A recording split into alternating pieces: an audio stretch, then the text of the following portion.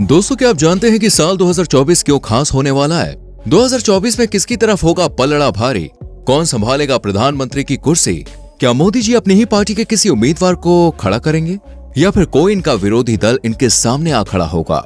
आखिर जनता किसे अपना अगला प्रधानमंत्री चाहती है? योगी जी और कांग्रेस के नेता राहुल गांधी में कौन इस रेस को जीत ले जाएगा? अभी बीजेपी और कांग्रेस में मुकाबला किस लेवल पर चल रहा है?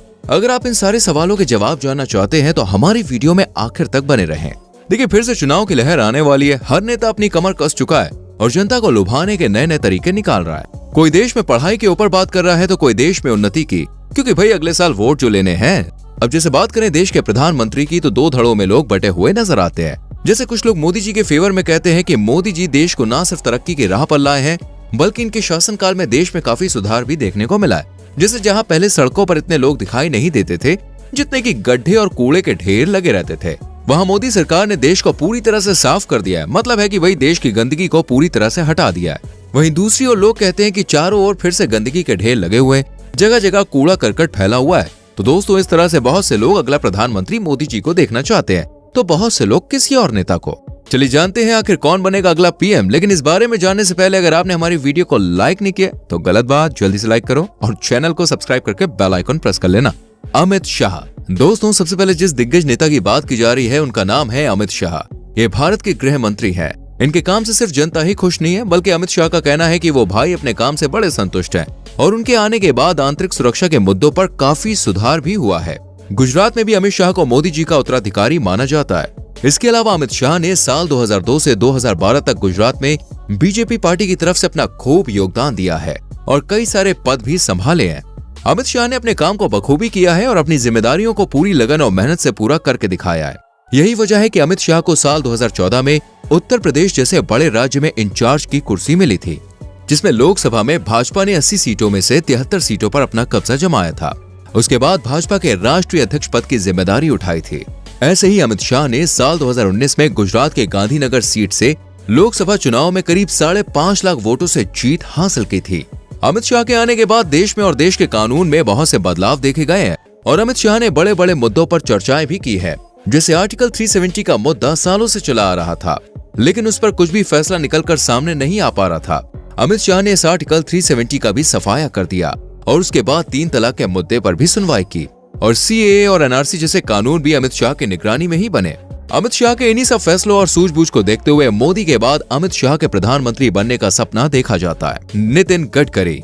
दोस्तों, बात करते हैं बीजेपी के दूसरे नेता जिनके 2024 के प्रधानमंत्री चुनाव में जीत हासिल करने और कुर्सी संभालने की उम्मीद की जा रही है। हम बात कर रहे हैं नितिन गडकरी की। ये राष्ट्रीय स्वयंसेवक संघ के सदस्य और रोड एंड ट्रांसपोर्ट मिनिस्टर है।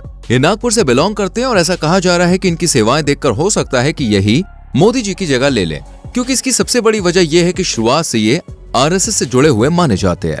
साल 1995 से 1999 तक ये महाराष्ट्र के पीडब्ल्यूडी मिनिस्टर भी रह चुके हैं। जब 1999 में अटल बिहारी वाजपेयी जी का दौर आया था तब भी ये रोड एंड ट्रांसपोर्ट के मिनिस्टर की कुर्सी पर बैठे हुए थे। यही वजह है कि इन्होंने रोड एंड मिनिस्ट्री पद को अपने नाम कर लिया है और आज तक कोई भी मंत्री इतने लंबे समय तक इस पद पर नहीं रहा। लेकिन नितिन गडकरी 9 साल से इस पद पर कायम है और इस मंत्रालय को बखूबी संभाले हुए हैं। ऐसा माना जाता है कि इनके आने के बाद सड़कों का काफी विकास हुआ है और ट्रांसपोर्ट में भी सुधार हुआ है। इसलिए नितिन अपने काम के लिए काफी सुर्खियों में छाए रहते हैं और सिर्फ इनकी पार्टी ही नहीं बल्कि विरोधी पार्टी भी इनकी तारीफ करते थकती नहीं है। हेमंत बिस्वा। चलिए अब बात करते हैं बीजेपी के नेता हेमंत बिस्वा की। देखिए, ऐसा माना जा रहा है कि मोदी सरकार से जुड़े होने की वजह से इन्हें भी आने वाले समय में एक बड़ा मुकाम हासिल हो सकता है, यानी कि आने वाले सालों में ये मोदी जी की तरह कुर्सी संभाल सकते हैं। बहुत से लोगों को तो हेमंत बिस्वा में मोदी दिखाई देते हैं, क्योंकि जिस तरह साल 2002 में मोदी मुख्यमंत्री के पद पर कांग्रेस के खिलाफ आवाज उठाते थे और कुछ भी कहने से नहीं कतराते थे, ठीक यही जज्बा और आक्रोश हेमंत बिस्वा के अंदर भी देखा जाता है और फिर इनके काम की भी लोग बड़ी सराहना करते हैं। यानी कुल मिलाकर अगर हेमंत बिस्वा प्रधानमंत्री बनते हैं तो लोग इन्हें और इनके काम को काफी पसंद करेंगे। योगी आदित्यनाथ। दोस्तों, हम जिस मंत्री की बात कर रहे हैं ये बीजेपी पार्टी के दाहिने हाथ हैं, यानी बीजेपी को ऊंचाइयों तक पहुंचाने में इनका बहुत बड़ा योगदान माना जाता है। ये हमेशा नरेंद्र मोदी के सपोर्ट में खड़े रहते हैं और उनके कदम से कदम मिलाकर चलते हैं। सिर्फ नरेंद्र मोदी के साथ दिखने से या उनका सपोर्ट करने से ये लोगों के बीच में चर्चित नहीं है, बल्कि हिंदूवादी विचारधारा की वजह से भी लोग इन्हें काफी पसंद करते हैं। योगी जी अपना काम बखूबी करते हैं और साथ ही उत्तर प्रदेश के लॉ एंड ऑर्डर को भी देखते हैं। इनके अलावा ये दूसरे मुद्दों पर भी न सिर्फ बात करते हुए बल्कि उनके खिलाफ एक्शन लेते हुए देखे जाते हैं। ऐसा माना जाता है कि उत्तर प्रदेश में माफिया गुंडागिरी को खत्म करने में इनका बहुत बड़ा हाथ है। हालांकि इनके बुलडोजर बाबा बनने के बाद आम लोगों से लेकर कोर्ट तक ने इनके द्वारा की जाने वाली कार्रवाई और राजनीति करने के तरीके पर सवाल उठाए हैं। वहीं दूसरी ओर कहा जाता है कि बीजेपी शासन में सीएम योगी द्वारा माफिया वगैरह को लेकर लिए जाने वाले फैसले पक्षपाती रहे हैं। योगी आरएसएस में भी अपनी अच्छी पहचान बना चुके हैं। यही वजह है कि इन्हें आरएसएस का सबसे चहेता नेता होने का खिताब भी दिया जाता है। वेल, आपको क्या लगता है, क्या योगी आदित्यनाथ को ही मोदी जी की कुर्सी मिलेगी या फिर कोई और बाजी मारेगा? कमेंट में लिखना जरूर। नीतीश कुमार, चलिए ये तो थे बीजेपी पार्टी के उम्मीदवार, लेकिन दोस्तों अब देखते हैं इनकी जगह विरोधी पार्टी से कौन इस कुर्सी को छीन कर लेके जा सकता है। इनमें सबसे पहले आते हैं नीतीश कुमार, जो कि बिहार के मुख्यमंत्री है। ये काफी सालों से बिहार में मुख्यमंत्री के पद पर नियुक्त है और काफी अच्छे से अपने काम को संभालते भी है। आपको जान के हैरानी होगी कि नीतीश कुमार ने 8 बार मुख्यमंत्री की शपथ ली है, लेकिन इसमें सबसे बड़ा ट्विस्ट ये है कि इन्हें हर बार किसी न किसी सहारे की जरूरत पड़ी है।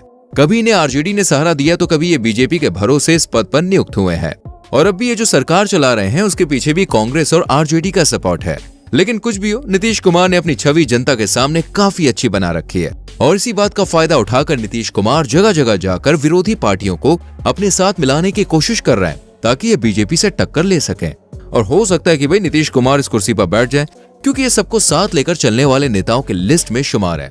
इसका मतलब है कि अगर ये प्रधानमंत्री के चुनाव में खड़े हुए तो इन्हें हर तरफ से भारी वोटों से जीत हासिल हो सकती है। राहुल गांधी, विपक्षी पार्टी की बात करें और कांग्रेस का नाम ना आए, भाई ऐसा तो हो ही नहीं सकता, क्योंकि फिलहाल बीजेपी और कांग्रेस के बीच ही टक्कर का मुकाबला चल रहा है। जब से कर्नाटक में राहुल गांधी का हाथ लोगों के सिर पे आया है, तब से न सिर्फ लोगों के दिन बदले हैं बल्कि राहुल गांधी की पहचान और ताकत भी काफी हद तक बढ़ चुकी है। और भारत जोड़ो यात्रा के बाद तो भाई इनकी जिंदगी पूरी तरह से बदल गई है। हर कोई बस राहुल गांधी का नाम ही जप रहा है। देश भर के कई राज्यों में इस समय कांग्रेस का शासन है। राजस्थान, छत्तीसगढ़, हिमाचल प्रदेश, कर्नाटक, तमिलनाडु, केरल, आंध्र प्रदेश और तेलंगाना में कांग्रेस ने अपनी पकड़ काफी मजबूत कर ली है। बट दोस्तों, पॉलिटिकल एनालिस्ट के मुताबिक इतने राज्यों में सरकार होने के बाद भी अभी कांग्रेस पावरफुल नहीं है कि वो बीजेपी शासित राज्य में अपनी पैड़ बना पाए, क्योंकि उत्तर प्रदेश और बिहार जैसे बड़े राज्यों में आज भी बीजेपी का सिक्का चलता है। राहुल गांधी के पॉलिटिकल करियर पर नजर डालें तो इन्होंने साल 2004 में अमेठी से ही अपना पहला चुनाव लड़ा था और 1 लाख वोट से जीत हासिल की थी।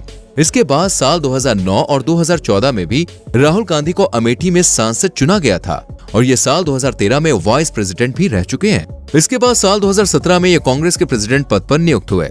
इस तरह धीरे धीरे इनके पॉलिटिकल करियर ने एक दिशा पकड़ी थी, लेकिन इनके करियर को झटका तब लगा जब साल 2019 में राहुल गांधी अमेठी से लोकसभा चुनाव हार गए थे और फिर मानहानि के एक मामले में कोर्ट ने 2023 में उन्हें 2 साल की सजा भी सुनाई और साथ ही 6 साल के लिए राहुल की लोकसभा सदस्यता भी खत्म कर दी गई।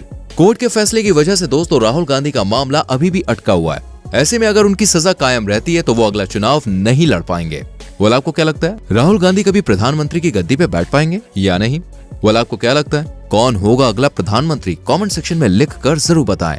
वीडियो को लाइक और शेयर करें और आने वाली वीडियोस को देखने के लिए चैनल को सब्सक्राइब करके बेल आइकॉन प्रेस करें, जिससे आने वाली वीडियोस मिस ना हो। मिलते हैं अगली वीडियो में। Till then, bye bye, take care.